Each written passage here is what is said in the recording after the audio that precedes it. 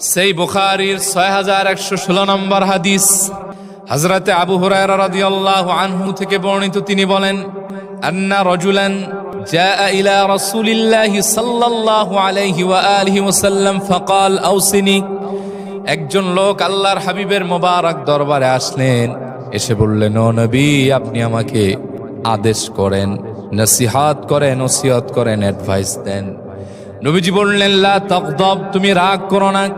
ফারাদ্দাদা মিরারান, লোকটি বারবার একই কথা বলল, আর নবীজি তাকে একটা নসিহত করলেন, লা তাগদাব, তুমি রাগ করো না, রাগটা কন্ট্রোল করো, তাহলেই তুমি সফল হয়ে যাবে। অন্য রিওয়ায়াতে আছে, তুমি রাগ দমন করো, এটাই তোমাকে জান্নাতে নিয়ে যাবে। সুবহানাল্লাহ।